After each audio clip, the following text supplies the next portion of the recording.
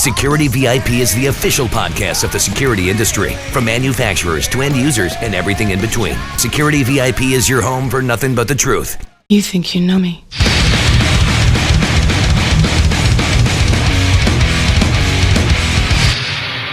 On this day, I see clear. You're listening to the SecurityVIP Podcast, hosted by Taylor May, the official podcast of the security industry and home of nothing but the truth. Today on SecurityVIP, we feature the CEO of SIA, Don Erickson. Get ready for nothing but the truth. SecurityVIP Nation, what is going on? Welcome back to another episode of the SecurityVIP Podcast, the official podcast of the security industry, and your home for nothing but the truth. As always, I'm your host, Taylor May. And on today's episode, we're featuring the CEO of SIA, Don Erickson. Don, welcome to the podcast today, brother. How are you doing today? Hey, Taylor, I'm doing great, man. I'm glad we can make this happen. I know we tried the last couple of weeks, but thrilled to be here. And congrats on a great program. I'm hearing a lot about it, and I've listened to several episodes, and they're fantastic. I appreciate that, Don. Don, you're a busy man, a man of high caliber, so it's hard to get you in a timed meeting. So I feel fortunate enough just to have you on a session here, brother. Welcome to the podcast. Awesome, man. Thanks. Yes, sir. But Don, tell us about your background, man. I know most people know you in this industry, but for those people who do not, tell us about Don and then tell us about SIA. Yeah, no, I'm happy to. I'll tell you what. I'll tell you about myself personally first, Taylor, just to give you a sense. So I am the proud dad of three kids. I got twin boys, they're sophomores in high school, and I've got a daughter who's 1 year behind. We've been living in Maryland for the last 20 years or so, and it's been a great experience with the Security Industry Association. So my background is primarily in government relations. And so I worked in the U.S. Congress on the Senate side for about 6 years for a senator from Minnesota, handled criminal justice, technology, issues before the UN, worked with first responders quite a bit. In fact, secured quite a bit of funding for an interoperable radio network for first responders in Minnesota, which was very gratifying. And then from that experience, because I had worked with local telephone companies, particularly in rural areas, I stood up the first legislative program at my first association, which was called OPASCO, which is a bit of a mouthful. I'll spare you the details of what that acronym stands for. But in any case, very impressive group that represented about 500 rural telecom carriers, including in Oklahoma. Definitely recommend a company down in the panhandle of Oklahoma that was a cooperative, was really active with us at the time. And from there, joined a manufacturer and joined corporate America for the first time and worked for Alcatel, a French manufacturer, handling regulatory and legislative policy for them. Then following that experience, I learned about the Security Industry Association. And admittedly, Taylor, I had not heard a word about them. This was back in 2006. I talked to some friends of mine who had worked for former Secretary Tom Ridge of DHS, as well as some employees at DHS at the time. And honestly, they didn't have a good or bad opinion about SIA. And they felt like, hey, it's worth a chance to go and try to stand something up and make an impact and deliver some results for businesses. So I took a chance on it. And honestly, I thought I'd be there about 2 years. And 2 years just became 15 about a week ago. So time flies, but it's been great. And this is as you know, this is an incredible industry, and which I define by one word, which is innovation. Not to mention great people, but innovation first and foremost. I love that, innovation. I love that word too. You couldn't have been more spot on with that term. And Don, I got to ask you, 15 years with SIA, I'm sure some things have changed since day one on the job, man. Talk about that change, that impact from day one to year 15. You are not kidding, Taylor. So when I first started, as I alluded to, the brand ID or brand awareness for SIA was really, really low. Not to mention in the area of advocacy, which was my background, wasn't really clear what SIA stood for, what its positions were on anything. And over that time, I'm really proud of the fact that we've become a much more collaborative and open organization. For example, we have a great relationship with ASIS International, from Peter O'Neill and their board on down, as well as ISMA, International Security Management Association, represents the top CSOs of global companies, many of whom are your subscribers and listeners. So I'm happy to be talking with them today as well. So become a much more open organization. Then we've also done some things such as becoming an international organization. So today we have an international standard known as OSDP, an access control standard, Open Supervised Device Protocol, which is recognized by the IEC as of about 18 months ago. And we're starting to see very rapid adoption in the access control market and by practitioners of OSDP. So that was an accomplishment for us in terms of elevating our profile as a standards development organization. Then I think we've also really enhanced our relationship with REIT expositions or ISE events in terms of the ISE West show and the ISE East show, where you see more of the presence of SIA and more of its brand, most notably through two activities. One is developing the entire conference program, which is known as SIA Education at ISC. And the second piece is we manage what I consider to be the best product award program in the industry, New Product Showcase, where for the first time every year, Taylor, you see the most innovative products come out across all technologies, from access control to video surveillance, perimeter detection, intrusion, et cetera. So that really are some of the key areas that we've grown over the years. And I think what I'm probably most proud of during that time is how we've shifted our strategy from being a completely manufacturer-based organization. So at some point we had 80 to 90% of our members were manufacturers. Now it's about 52%. So we've become a much more diverse organization. Our fastest growing category of membership are integrators, both independent integrators as well as nationwide integrators. We have investment firms, we have product specifiers, we have manufacturer reps. We're not all things to everybody, but we're representing the entire security ecosystem for the first time. And I feel really, really excited and proud of that. Great accolades for sure, Don. And for those who are listening and those who are viewing, SIA is a great organization to be a part of, especially not just as a manufacturer. People know I work for ZeroWise. We were fortunate to win an award with SIA last year, but we're also a member of SIA, and it's a great organization to be a part of. Kim Loy, who was on the board, also a good friend of mine, Chief Product Officer for Acre. Well diverse, just like Don said, a lot of diversity now in this industry. And let's talk about that, Don. Diversity, inclusion, that topic has kind of hit our industry, kind of hit our just society nowadays. So how do we bring more awareness to this industry for diversity and inclusion? What's the recommendation? Yeah, so I have a lot of recommendations. So Taylor, you're absolutely right. It's one of three crises that we faced in the last 18 months at least, right? So diversity has been a challenge for the industry for decades. And even though it's not a new problem, there are a lot of different things we can do to it. And I'm going to talk about those in a minute. But it's, when I say one of three crises, it's obviously the pandemic. We have racial unrest, right? And we have some economic challenges. So on the second one, dealing with racial unrest and diversity, I would say there's a number of things we have done and can do. Number one, we created two forums within the industry. One is called Rise for Young Professionals, which has hundreds of members from Gen Z on up that are very actively involved developing professional development programs as well as networking events. We have a scholarship for members of Rise. It's chaired by a woman, Erin Mann from Allegiant, who does a great job for us. And we've got a very active steering committee. The second is our Women in Security Forum, which likewise has hundreds of members within it. I was proud to play a role in developing the scholarship program for the Women in Security Forum. They've delivered an unbelievable amount of content dealing with issues such as identifying unconscious bias, having difficult conversations with your team around race and diversity, and really just championing DE&I in general. And we're really excited about both of those. So those are two initiatives. What I'm particularly passionate about within DE&I, though, Taylor, is conducting outreach to HBCUs, historically Black colleges and universities. We have a few in our own backyard. We have Bowie State in Maryland. We have Howard University right near the SIA office.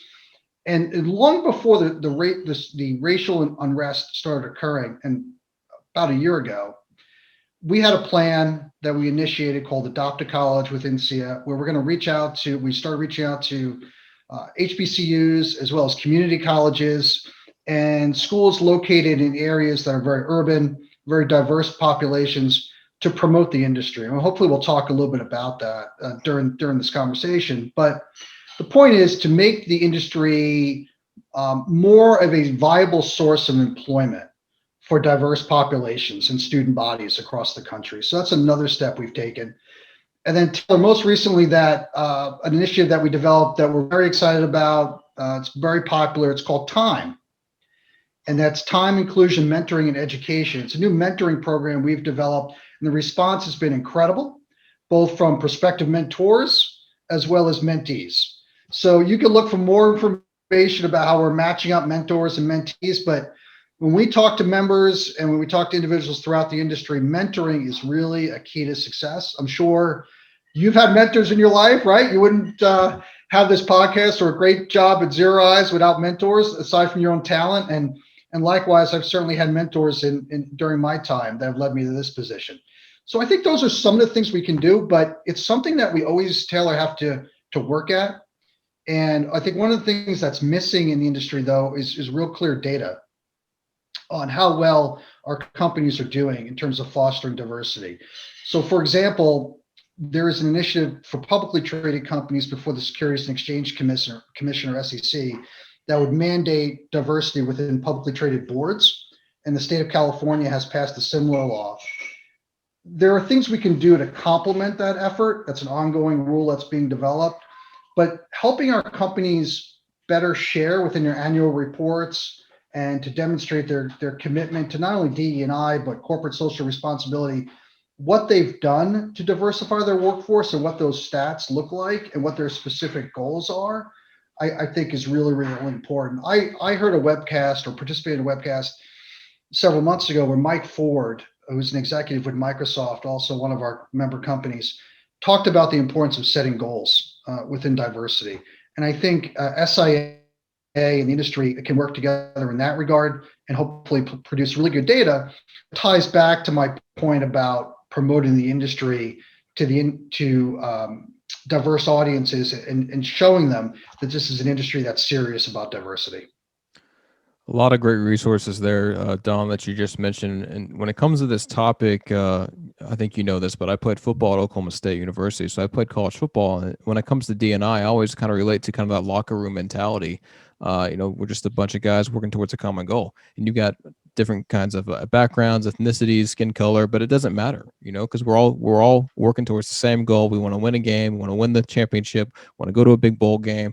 And that's the end goal. And I think what part of the reason is just recognizing it, right? It exists. And second part of that is doing something about it. And because we're all on the same team at the end of the day. So, putting that kind of your personal belief behind and working towards a common goal, towards a common better tomorrow, as cliche as that may sound, is the end goal I think everyone wants to achieve in the industry. And it's great to see that in the industry too. I find I have conversations with a lot of females now in the industry, and it's great to see more females in this industry because this is so male dominated for so long. My dad's been in the industry for 15 years, and to see his, when he first started from the access control space, from key fobs to now it's touchless and contactless and all the things we talk about access control blocks, but just getting more females involved like Kim Lowy and Kelsey Carnell and Kelly Shanks and all these top females that you see in the industry. It's great to see that.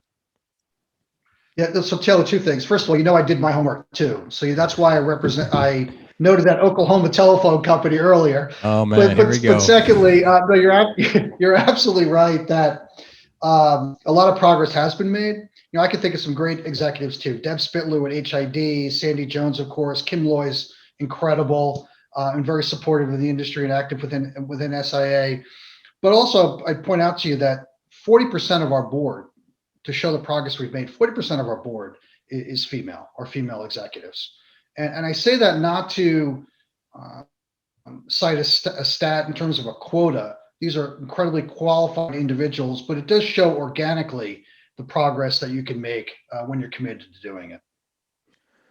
100%. And for those listening to, Zero Eyes is hiring, so I would love a proactive female. If you guys are interested in the security industry, you don't have to have experience in this industry. All you got to have is the willing to make a difference, and I think that's what means the most in this space. So Don, you hinted on a couple technologies and kind of that evolution change with SIA from day one to year 15. What are some technologies that kind of impressed you last year that came out? Yeah, so Taylor, I think the number one technology that I continue to be impressed by and impressed by the advances is artificial intelligence, right?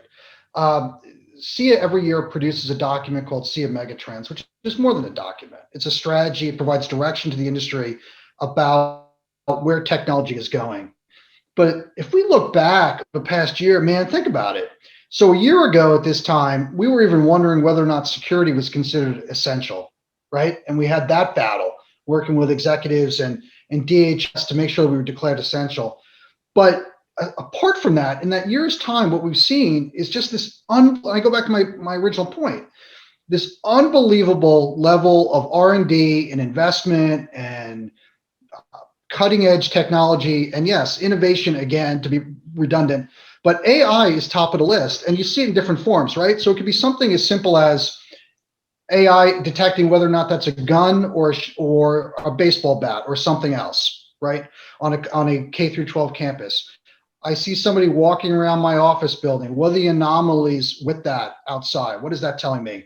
What I've learned about AI just recently in very real terms, having worked in the Capitol, just 12, 13 miles from here, is the value of AI in detecting whether or not a crowd is friendly or not friendly, or is it a mob mentality?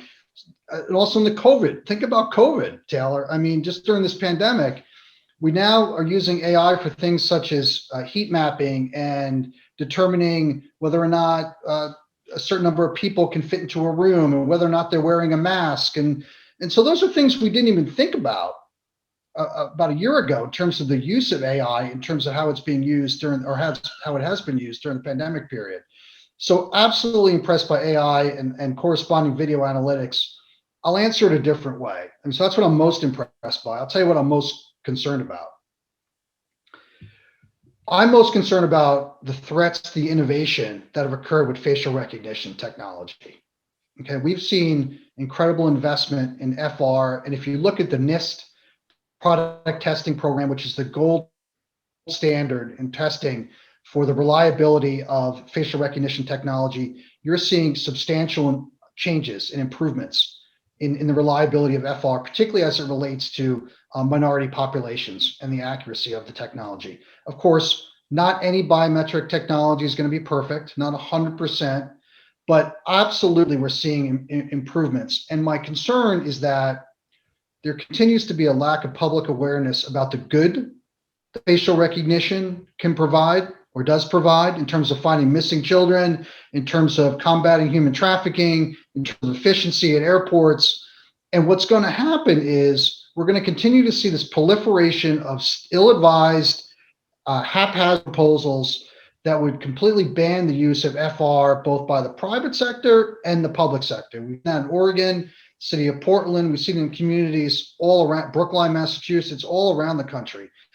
So when we talk about technology, sure, we could talk about the advancements in analytics and the advancements in AI and access control and frictionless access control and all of those things, which are fantastic, and how you create greater situational awareness by mining data, all of those elements. But we also have to be mindful of what's threatening progress in technology. And facial recognition is one example of what's happening in poor public policy. And my question back to you would be, when you look at FR, what's next, right? So 15 years ago, when you asked me, what my journey has been at SIA, 15 years ago, the battle was over RFID and preventing the ban of RFID in the state of California. Now we've migrated to facial recognition. That's what I wonder about, is AI going to be heavily regulated across the board, right? So I think that's a concern. And then Taylor, another concern I have is what's been in the news a lot. We do have companies that offer this. We have integrators who carry it, are thermal imaging cameras and what they purport to do. And I'm sure you've read the same articles I've read, Washington Post, others, and just anecdotally. Our position and my personal position is that the FDA guidance that has come out governing the use of thermal imaging cameras is really important to follow. For example, you can't screen one person at a time. You have to be mindful if somebody came out of a car with air conditioning raised very high, or is in Arizona with 101 temperature outside, right? Those type of conditions. So what's being claimed by certain vendors about the effectiveness of thermal imaging cameras, to me, is a public safety issue. It's something we've contacted the FDA about, and ask them to adopt more strict enforcement of their guidelines. So that's another way I look at the technology issues. Yeah, no, Don, I couldn't agree more. FR and thermal are two technologies last year that created a lot of, I would say, traction, but a lot of unknowns still with those pieces of technology because people had a lot of uneasiness. And I think COVID-19, although the industry did step up with COVID-19, a lot of technology came out maybe too prematurely, not really vetted. And I think thermal was one of them. Here in Texas, especially when it's hot outside, people have a naturally elevated temperature, so they're naturally hot when they walk inside. So thermal is either not really proven or necessary. And then I think for face rec, my background is mainly on the AI side. So over the last 2.5 years, I was at AnyVision and I sold facial recognition. I had some of those political headwinds that we've seen, right? And I think it just comes down to education.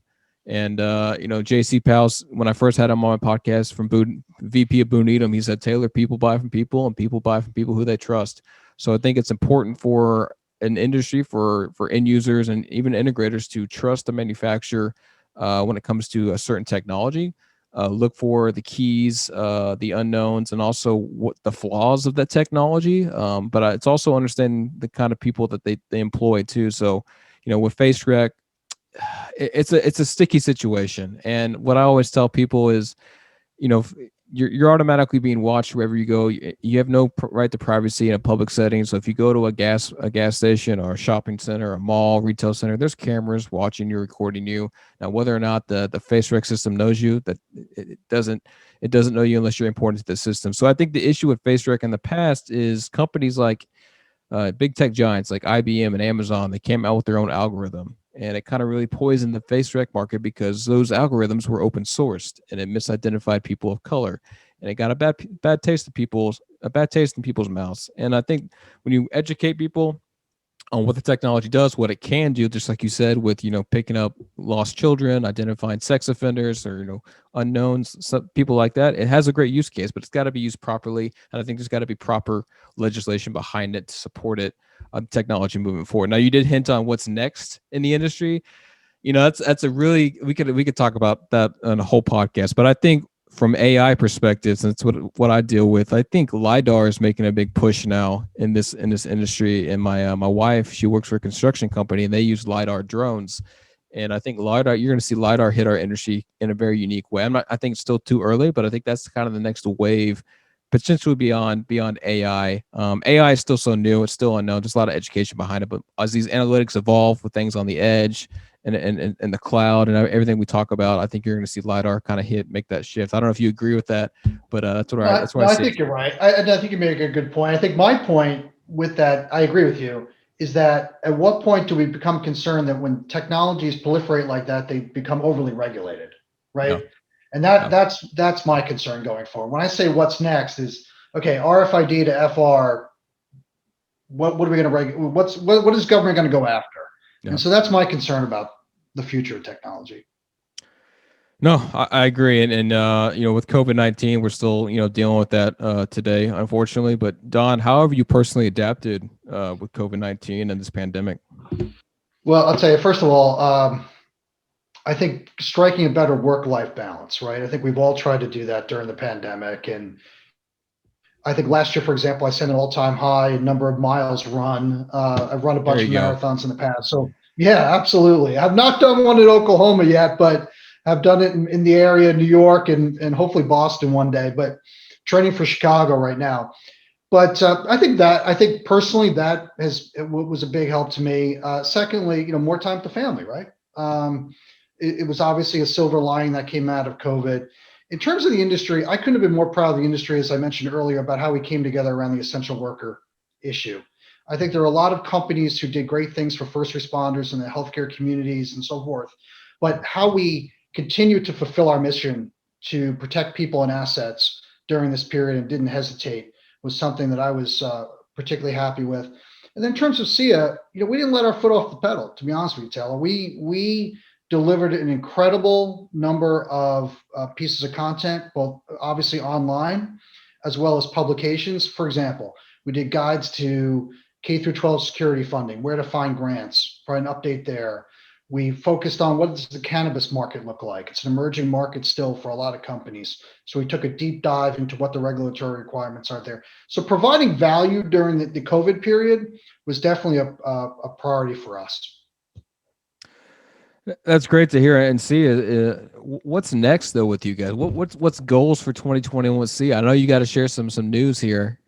Yeah, no, listen, you are the first. I mean, there's no better place to share that we are going to be publicly announcing our new cyber certification for integrators come June. There is a real need in this industry to make sure that integrators have the skills, knowledge, and expertise to install and service security systems as it relates to the cyber requirements. So we're going to be releasing or announcing that program in June. Excited about that. And then knowing that your audience is so full of security practitioners, they may also want to know, we're going to continue to build our library of research resources with Omdia that looks at trends in various vertical markets, whether that be healthcare or K through 12 or the manufacturing industrial vertical. We'll continue to do that work as well for us. But honestly, as an association, Taylor, I mean, we're constantly working at providing value, right? We call our companies members, but they're customers. And so for our customers, we're looking to fill clear business needs for them. Another area that I'll focus for you that you spoke a little bit about with hiring at Zero Eyes, we partnered with the Electronic Security Association, ESA, to develop FAST. A lot of acronyms in this industry, as you know. But the Foundation for Advancing Security Talent is a new foundation where it's meant to do three things. Number one, elevate the profile of the industry. Number two, conduct research about what the expected demand for jobs will be in the industry over the next 1, 3, 5 years. And number three, and you hit it, you're exactly right, is to develop additional education, not just around FR, but just technical education in general for the industry. And getting back to AI on that point, developing, for example, playbooks that level set basic understanding about what this technology means, how it's defined, how it can be used. So we'll be working with PS Security to develop, for example, an AI playbook with those goals in mind. So we get beyond the marketing spin. So what I love about this podcast is you speak the truth, as you opened up with, right? And you don't have the marketing spin. That's what we're trying to get away from in education. And when I say level set, it's the vendor agnostic type of education that we can provide around AI. So I think that's also next for us. And that's why you're on this podcast, my friend, because you speak nothing but the truth. And well, that's why we take it a step further. I'm gonna take your cue there and just go one more topic if I can. So let's do it. Yeah. So let's talk about ethics, right? So we opened up and we talked about innovation and how we both agree this is a very innovative industry. I mean, you're doing great things at Zero Eye. I've seen all the videos that you've put out. Your technology is incredible in terms of what you're doing for various markets, K through 12 government and otherwise. You probably would agree, though, that this industry is capable probably of developing any type of technology or application for security, whether through AI or access control, what have you. The fact that we can do it doesn't mean we should do it going forward, right? And maybe some guardrails around the type of technology that's developed, but more importantly, how it's applied. And I think our organization believes that you have to have ethics associated with security technology. For example, you have to be, we hit on this a little bit. You have to be honest in your marketing. You have to be honest in what your product does. You can't mislead, but also you can't use product to suppress human rights, for example. So what's going on in the US right now and globally, there's discussions about human rights and the use of technology. So we believe really strongly that technology should be a force for good, used ethically, lawfully, as it relates to FR, for example, but also respectful of basic principles, which includes human rights.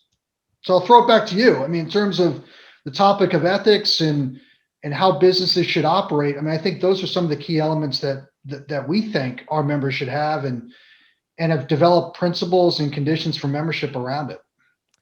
No, I 100% agree with you, Don. I mean, I always say security is done from a holistic approach, a proactive approach, and the more layers you have in place, the more better suited you are. But you should never take the human out of the loop. with any kind of technology. And I think if we respect that, you've got guidelines or guardrails behind that. It's just like, like fire code in schools back in the day when schools used to burn down from fires, they put fire code in and you had to meet a certain standard and you had to abide by these certain guidelines. I think there needs to be more guidelines around the kinds of topics of AI and technology and access control, because it's going to give more people awareness, educate more people. And that's exactly what SIA does. With all these emerging technologies that come out. So I definitely agree with the ethics standpoint. Sticky topics like AI and face rec are sticky. So it's important to speak with the right manufacturers and the right professionals in the space, which is why I host this podcast to promote the truth about certain tech. So I definitely agree. And kind of wrapping this up, Don, as we get to the end of this discussion, I want to talk about your legacy in this industry, and I want to talk about SIA one last time. But what is the legacy of Don Erickson, man, in this industry? What do you want to leave here? So Taylor, are you trying to get rid of me, man? I mean, you trying to push me out of a job at SIA by talking about legacy, or never? What? I'm trying to highlight you more, buddy. More. Oh, man. So look, I think we have focused more and more on the customers of our members. So through research and best practices, we developed good, better, best, for example, that we haven't talked about, but it's basically best practices on how to implement secure technology based on a customer's budget size. We've done that for public transportation. We've done it in the healthcare market.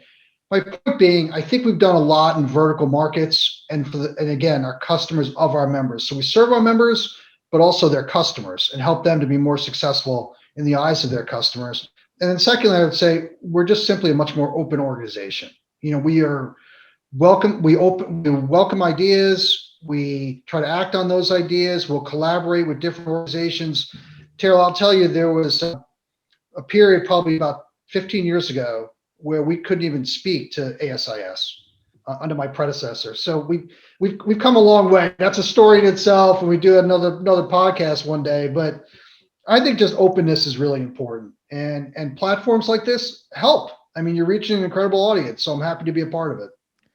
I would love to hear that story too, by the way. So we're gonna have to have you back on to hear that how you turned down or broke that bridge or that fence, that barrier, that you make that introduction. So Don, last and final question. You pretty much hinted on it already, but I always ask, especially my manufacturers, I ask them like a 60-second hot seat of why their company or why a customer should buy from them or be a part of them. So, I mean, you already talked about this all episode, but why SIA? If you had to put in 60 seconds, why should someone join SIA?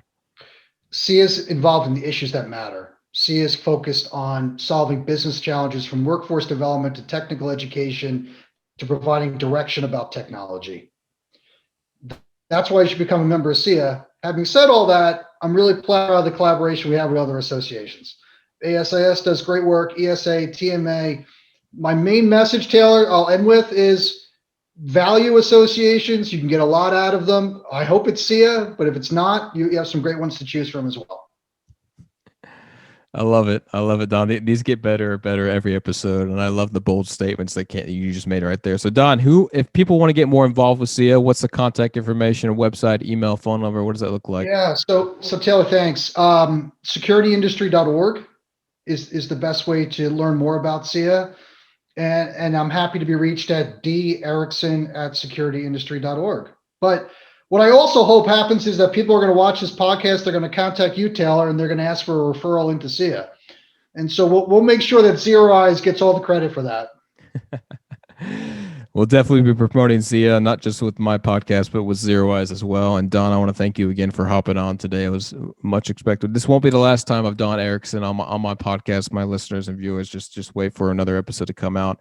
And for those that have questions, comments, or concerns, you can email me at info@securityvip.net. Once again, that's info@securityvip.net. You can watch this episode of Don and I on YouTube, listen to us on Spotify, as well as watch us on LinkedIn. That's where I publish all my episodes of my podcast series, and make sure to check in for our next episode release. Stay safe, guys. Better recognize!